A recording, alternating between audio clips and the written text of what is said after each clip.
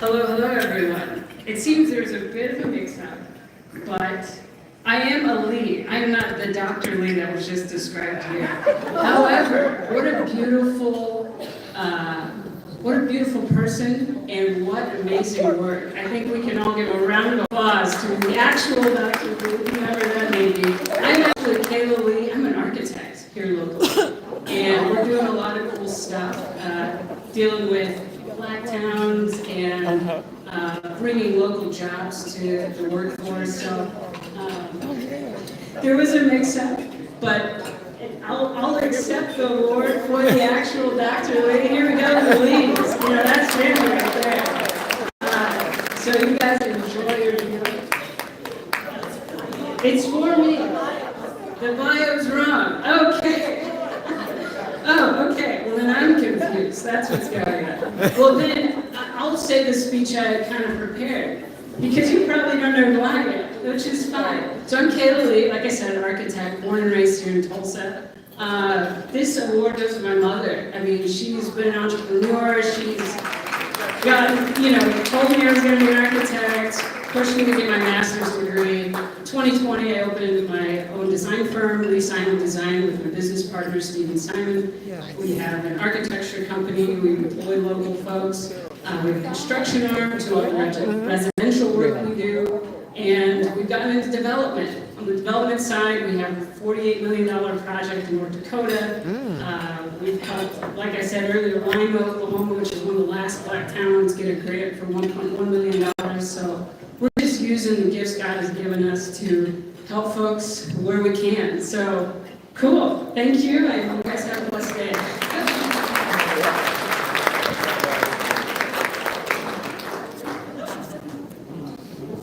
Thank you, Kayla, so much for your contributions, and I am so sorry for the mix-up in our script. Our next award winner, and I know that this bio is true because I know the next award winner, the Entrepreneur of the Year award winner, Kim Roxy. Congratulations. Kim Roxy is She the wanted to know what was the founder last of town that you said? We worked with Kim over the last year, and I'm so thrilled to be able to present this award to her. Lamique Beauty is the world's #1 eco-chic makeup line, seeking to build women's self-esteem and reveal their natural beauty. Formulated without parabens, Kim has created environmentally conscious products with a message for multicultural women. Her business products stand for love and makeup in kindness, because she believes true makeup is about what you're made of. At age 21, Kim founded Lamique Beauty out of her college apartment. With her savings and a small investment from her mother, Kim opened her first store in a mall in Houston. From its humble beginnings in 2004, Lamique Beauty has been highlighted as one of the 8 Black-owned beauty companies by BET, and is one of 7 Black cosmetics lines dominating the market. It's no surprise that Ebony magazine named Roxy the Black beauty maven to know. The beauty industry is calling for Kim, and she continues to take every opportunity to connect with women to help them recognize their own beauty and potential, and to impact the community. She is happily married and lives with her husband, daughter, and bonus son. And it says Houston here, but you may not know Kim Roxy moved to Tulsa, Oklahoma. She calls Tulsa home. She is my friend, a beautiful person in and out, Miss Kim Roxy, Entrepreneur of the Year.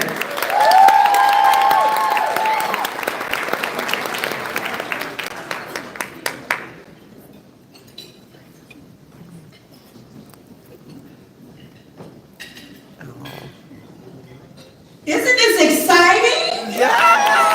Oh my gosh, this is for us, ladies. This is for us. Because as our speakers have said today, when one woman wins, we all win. That's right. And that's how we look at it. It's competition over, it's collaboration over competition, right? Collaboration. So I just want to say that I am so grateful to be here. If you would have told me a year ago that I'd be standing on this stage in Tulsa, Oklahoma, home of Black Wall Street, that I would be standing on the stage getting the Entrepreneur of the Year award from the Greenwood Business Center, I wouldn't have believed you. But I'll tell you, I stepped foot in that office, Miss Donna, Lorinda, And they were just so warm. And I just thank you all for the work that you're doing. It is making a powerful impact. And building Tulsa, Ashley, and I know Sydney's here, our new team member is here. Tell me your name again. Rachel is here, my girl is here, Shashida. I have to give a shout out because people do so much work to build platforms for us to stand on. And it doesn't go unnoticed. And I'll tell you my commitment to Tulsa. Madam C.J. Walker came out of this city, training of women in the beauty industry. And when I stepped foot on the ground here, when I came here for We Build program, I knew I belonged here, Nicole. I knew that my journey needed this type of strength to accomplish the goals that we're going to do. Lamique is the first Black-owned clean makeup brand to launch into the largest beauty specialty retailer in the country, and that's Ulta. Oh. Thank you. So Lamique is available on Ulta.com. Lamique is available on HSN. You might have seen me on HSN before selling my products. Thanks to Terry, he brought Babson College over to my store. We'll have a re-grand opening on March 23rd. Okay. Yes, so make sure you come to the back and you see Kenya, and she will get you our QR code so you can get signed up so you can come to the re-grand opening party with my friend Renee from the Shade Room. She has a store there in the box short and we're there together. And so we're gonna have so much going on and we're gonna need you there. So everybody, do not leave this place without a Lamique makeup product in your bag. Yes. You got it? Kimberly, you already got yours. Okay, so if you haven't been to the back table, get you a lip gloss or a mascara, you're gonna get something. Yeah. Because you're not gonna be having makeup in your makeup bag that's not made by a woman. All right? Thank you.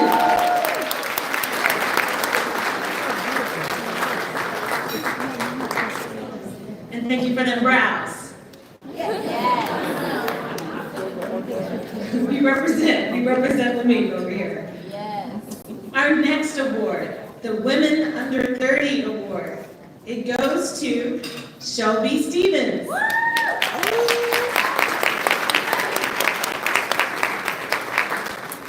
Shelby is the founder of Mom's Closet in Tulsa. She created Mom's Closet to fulfill the need for stylish, sustainable fashion for all body types. The organization fosters sustainability and a safe and open community here in Tulsa, Oklahoma through secondhand clothing, green business practices, and a supportive community. The business operates on 3 pillars of sustainability: economic viability, environmental protection, and social equity. This is so needed in our society today, and that is why we celebrate Shelby Stevens as a woman under 30.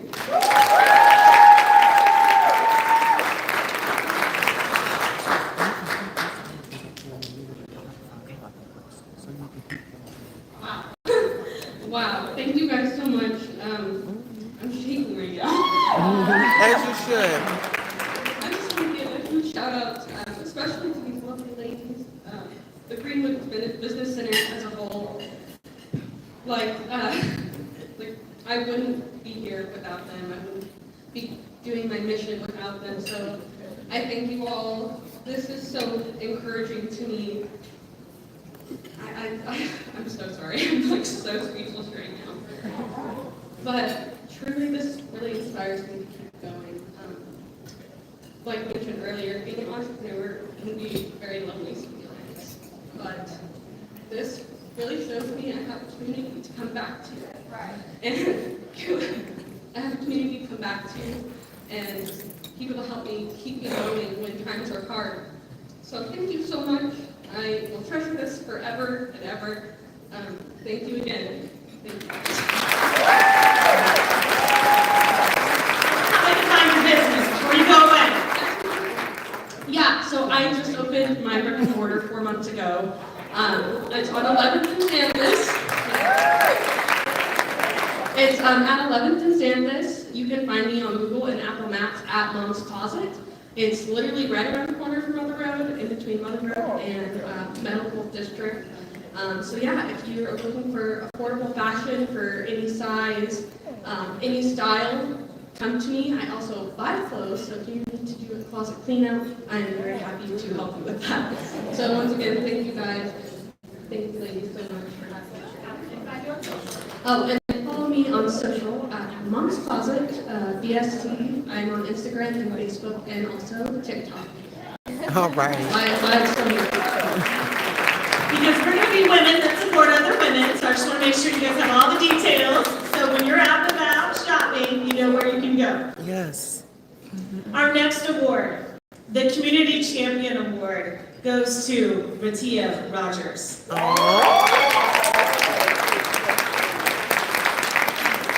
Ratia Rogers is the author of I Broke Out of Prison. It chronicles her journey of being locked up in a prison and in a destructive mindset until one day she went to church. Ratia grew up hard, living the life of a juvenile delinquent in and around Tulsa. Now, just imagine if your loved one physically ended up imprisoned, but they have been locked up spiritually their entire life. The book chronicles her powerful testimony that demonstrates the power of God that set her free both physically and spiritually. Her work has been a blessing to others in the community because of that, and today we celebrate and honor Ratia Rogers with the Community Champion Award.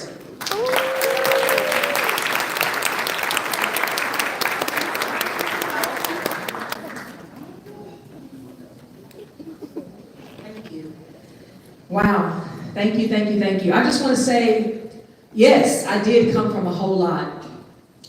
You know, when I grew up, you know, family, friends, my atmosphere, my community, you know, my parents, some things happened, and it really pushed me out there at a young age. And so I got into gang affiliation, you know, selling dope, robbing, stealing, ripping and running the streets. I went to Margaret Hudson. It's a pregnant school for young teenagers. I had my son at 15. I went through a lot. I was in state's custody. I lived in the Tulsa Girls Group Home while I was pregnant. A lot went on for me.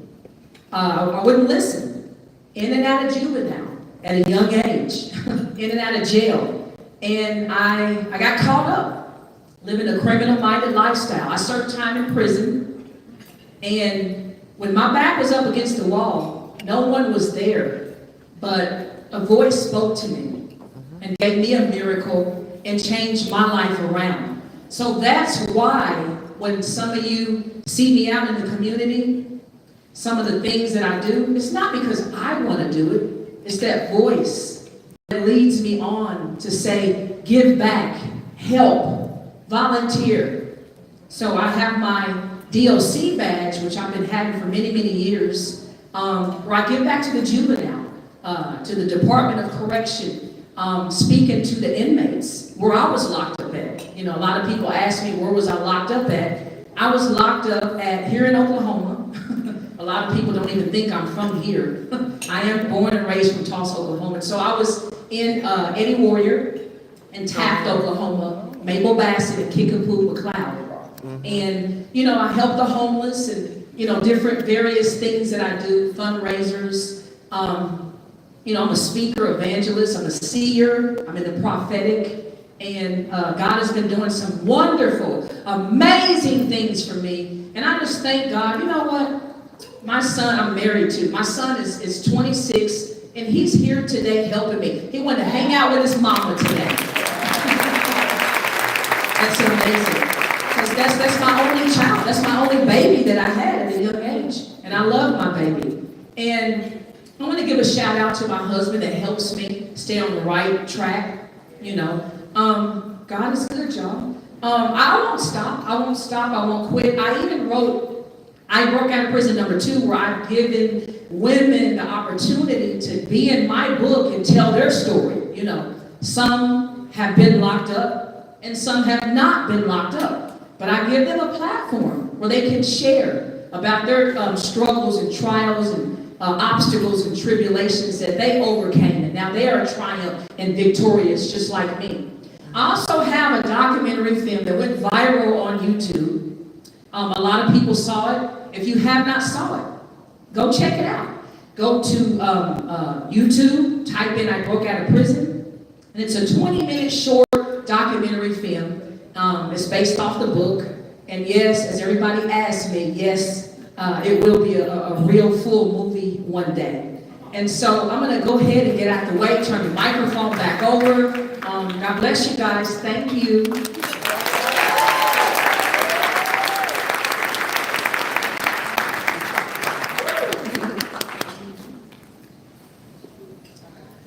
Our next award is the Lifetime Achievement Award, which is dedicated to the late Tulsa State Senator, Maxine Horner. Maxine Horner was an exceptional woman, a trailblazer. She was one of the first African-American women to serve in the Oklahoma State Senate from '86 to 2004. Senator Horner held positions in the Democratic Caucus Chair, as well as the Chair of Business and Labor and Government Operations, and Vice Chair of Adult Literacy. Senator Horner also founded Oklahoma's Promise, which is a scholarship program that has allowed generations of Oklahomans to attain a college education. She was the Senate author of the groundbreaking commission created in 1997 to study the Tulsa Race Massacre of 1921. She fought for reparations for the massacre's descendants and as business owners. It is with immense pleasure that we are able to present this award to continue to honor trailblazing women such as Maxine Horner and the Year of the Maxine Horner 2024 Lifetime Achievement Award. This year, we are honoring Shannon Eddington. Shannon Eddington. Shannon is an executive management consultant with a focus on operational management, business development, and strategic planning. She has partnered with many companies, including nonprofit manufacturing, entertainment, retail, IT services, telecommunications, hospitality, and graphic design. She's a former manager of Resource Share, a business consulting and outsourcing group. As a former recruiter and operations manager, her vast expertise has helped her leverage her skills and talents in a multitude of ways to serve small and large businesses across Tulsa. She's a graduate of Oklahoma State University, and she serves the Tulsa community as a consultant and volunteer. Today, we celebrate Shannon Eddington with the Maxine Horner Lifetime Achievement Award.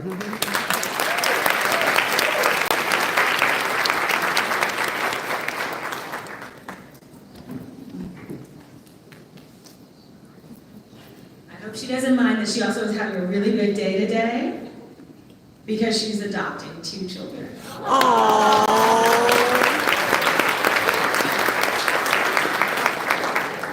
Great. I told myself I wouldn't get emotional because it is a big emotional day for me. As part of my own growth and development, being a very unseen and unknown child growing up in a broken home, I clean up well, but I didn't grow up well. And my passion for business and for coaching and development is just to see people. I think there's so much unreached potential in every person because they just don't feel seen and they don't recognize their own value and their own worth.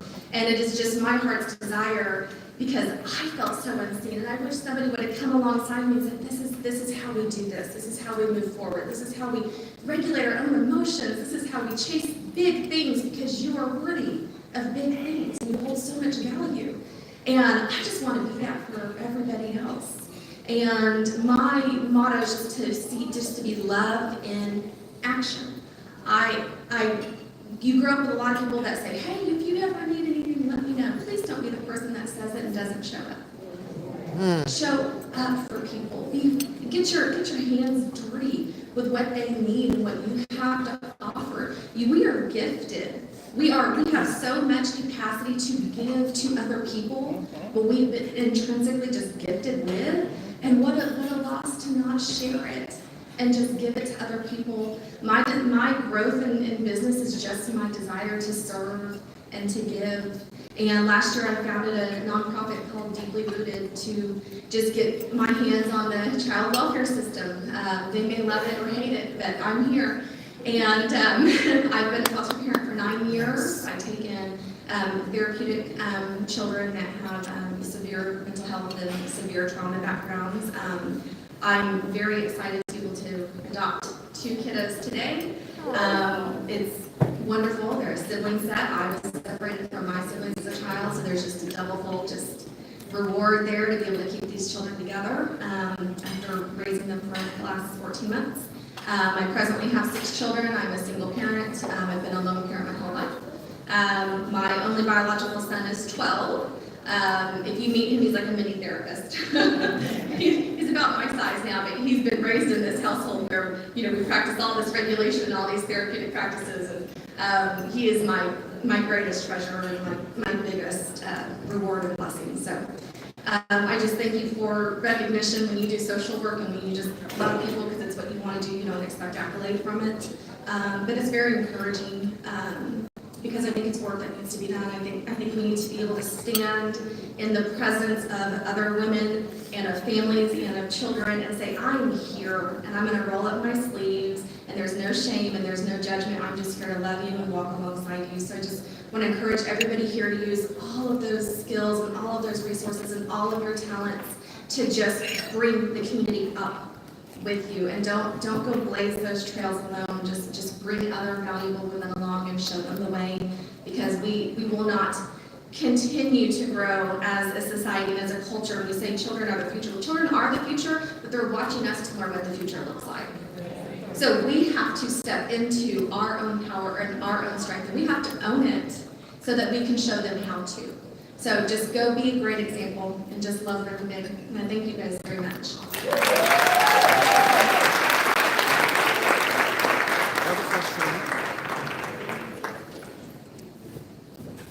I hope you guys remember when I said earlier that we had such wealth and power in this room.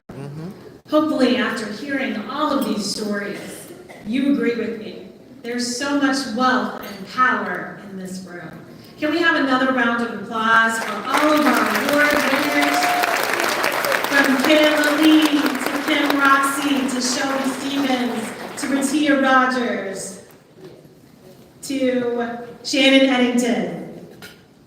And we just want to thank you for all that you do for our community. Thank you for being representatives of this community and for reminding us about, leading with construction, leading as an architect, leading in the makeup industry, leading with your own business and with a sustainability mindset. And then the work with the child welfare system. She doesn't just talk about it, she is about it as she goes to adopt her children. I thank you all for all that you do for our community, for Tulsa, and to be an inspiration to everybody in this room.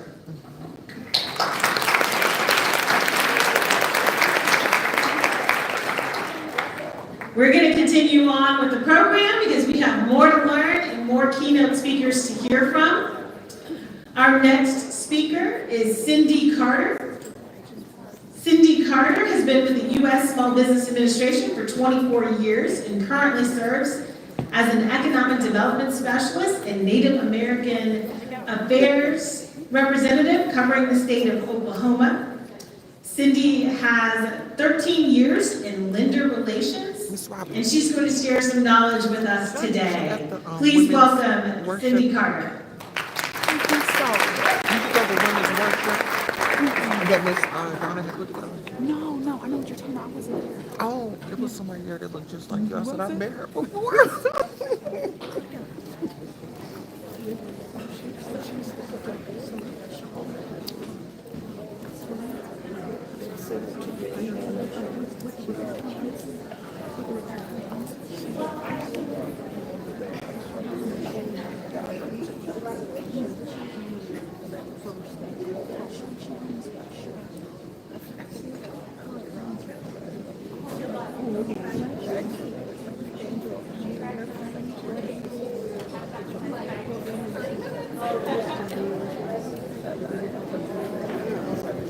Well, hello. Thank you for having me here today. I'm going to share some information with you on the upcoming programs.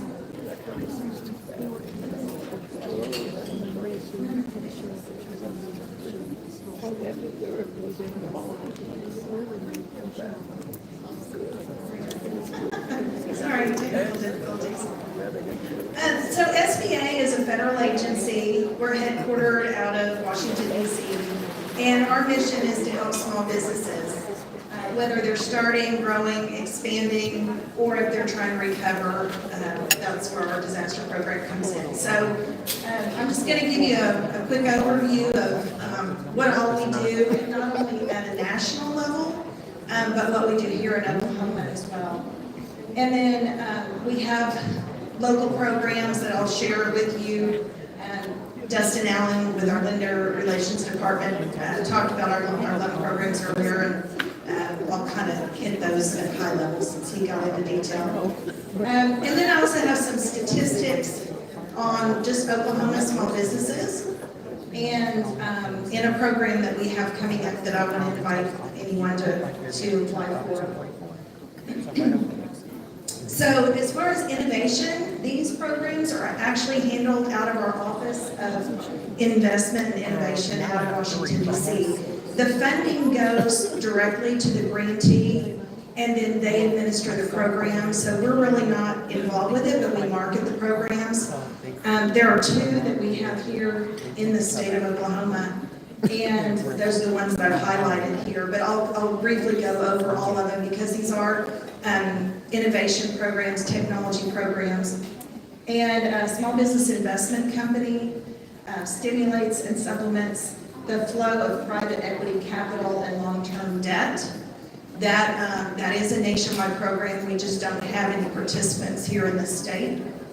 The SBIR program, we do have one in the state, and it stimulates technological innovation through investment in federal R&D funds. And I'll share more information on that program in a minute. STTR is the Small Business Technical Transfer Program. It provides smaller awards to small businesses to pursue technological innovation through cooperative R&D funding, and that is with nonprofit, scientific, and educational research institutions. So we do some, Dustin talked earlier about the fact that we work with for-profit businesses. This is where they work with some nonprofits, but that is all at headquarters level. And then Regional Innovative Cluster, that's a new program, relatively new program in the state. And the one that we have here, I'll give you a little more information on in a minute. It's unmanned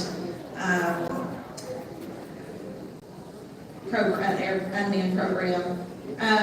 Organizations leveraging the region's assets to create economic opportunity and catalyze innovation in a specific industry. So specifically, on the, this is the program I mentioned, SBIR program in Oklahoma. This is with OK Catalyst down at the Tom Love Innovation Hub in Norman, Oklahoma. And the program is for eligible businesses that are at less than 500 employees. It allows for development and launch of new products with little or no impact on intellectual property.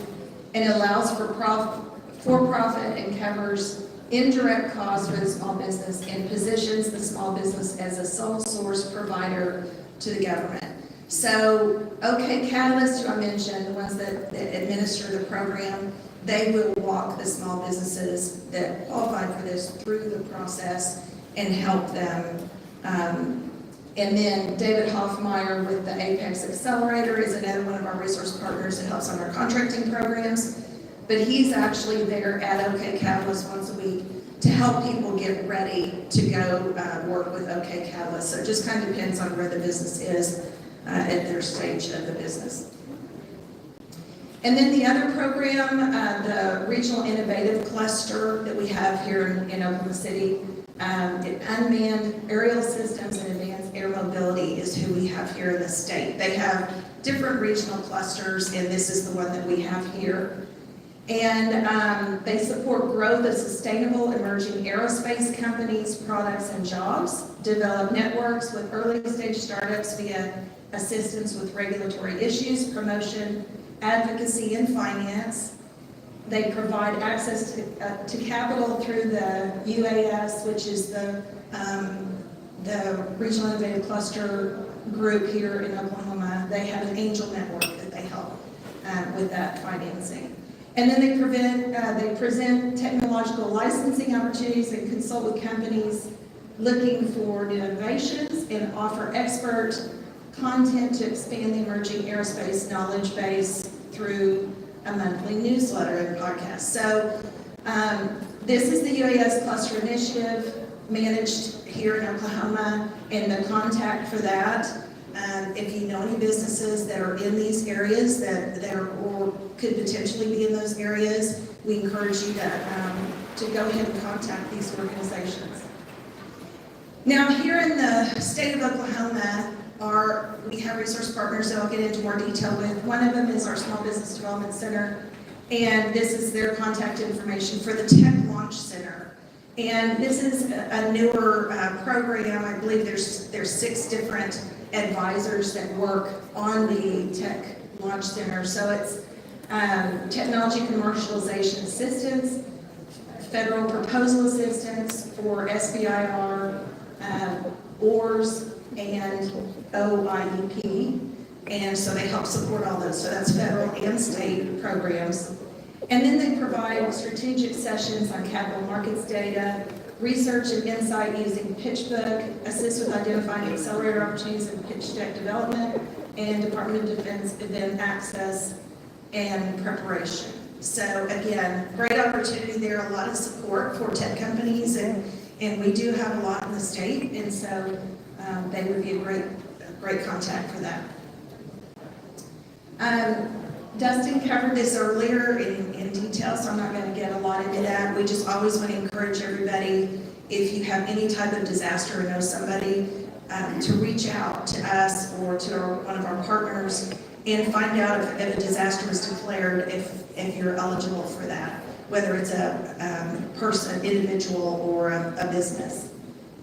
They are great programs, and it doesn't have to be, like a tornado. It can be drought, flood, wind and hail, those type of things, depending on the type of business and damage. So just, keep that in mind.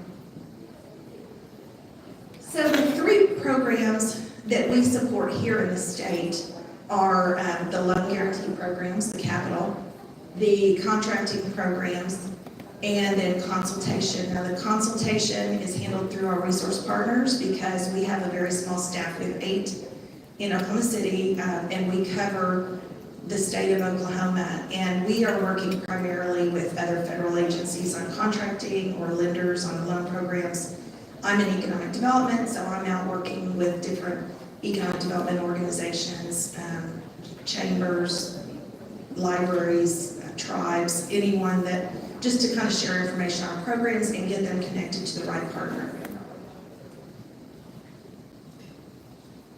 Okay, so, and Dustin didn't talk about this, but this is just a high-level slide again, just to reiterate. If you're interested in a loan and you haven't connected to a lender that is a participating lender or couldn't do it under their normal guidelines, that's where SBA comes into play, because we offer the longer terms, less equity injection, less collateral, and then the interest rates are kept comparable to a regular commercial loan. So it offers opportunities for a lender to make a loan that would normally make under their regular guidelines, but it also is an opportunity for small businesses to get a loan that they couldn't necessarily get without the guarantee. And he covers this. I'm not going to go through this slide. It's just more details on our programs.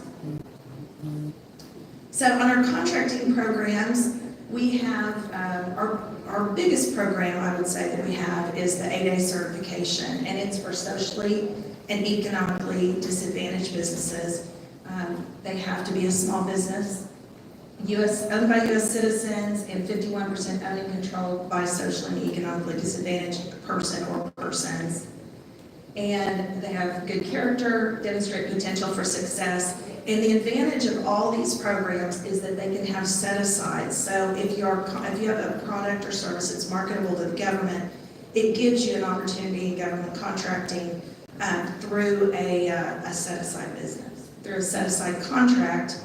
So they're only looking at 8A firms on a set-aside. So you're not competing with non-8A or the other businesses. HUB Zone certification. HUB Zone stands for Historically Underutilized Business Zone. That the majority of Oklahoma is considered HUB Zone because of the Indian lands. And to be eligible, a business must be small, 51% owned and controlled by U.S. citizens.